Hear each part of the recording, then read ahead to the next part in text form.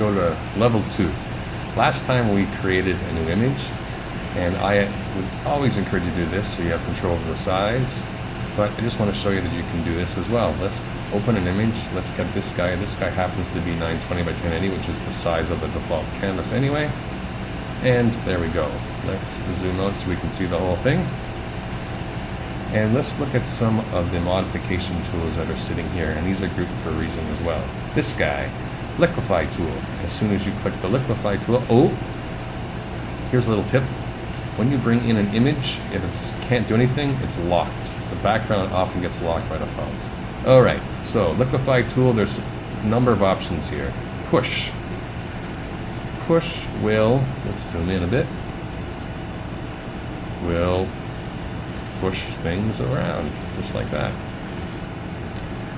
Enlarge, let's make the brush a lot bigger so we can just goof around. And this will enlarge. Shrink. Notice it's because the brush is so big, it's pulling everything in. Frankly, I've not used the swirl. Oh, look at that. I guess you can swirl them left and right.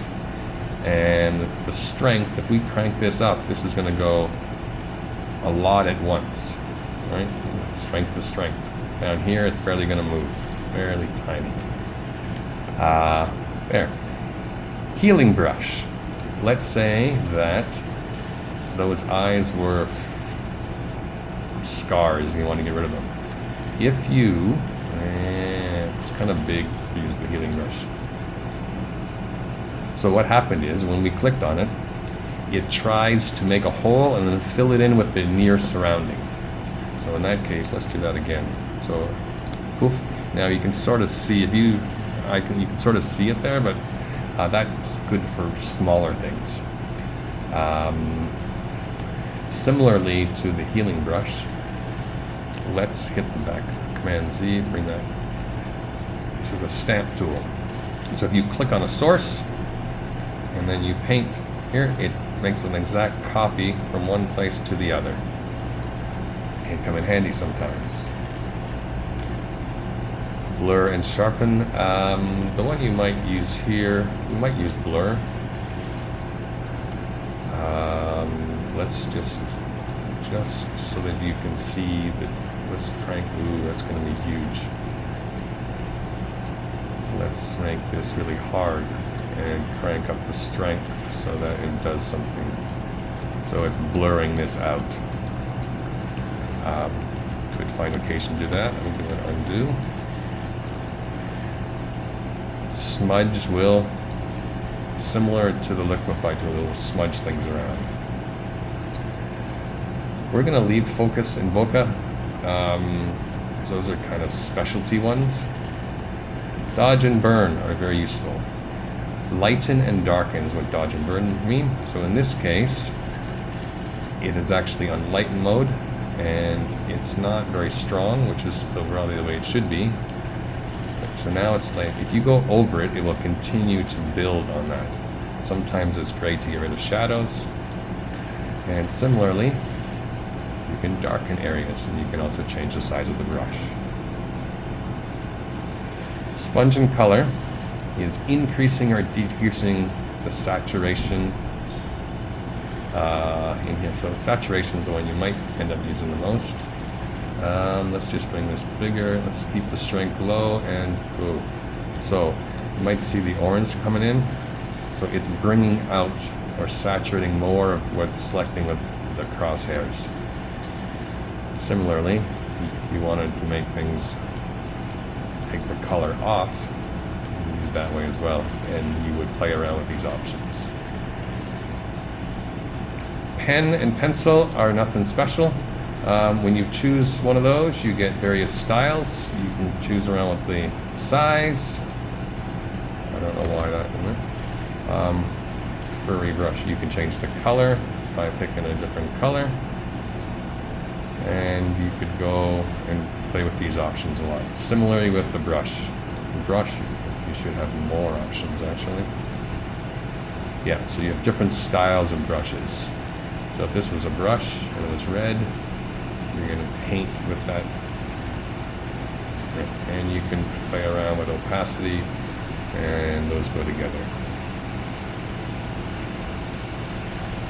To recap on the previous video, let's get rid of everything except for the potato.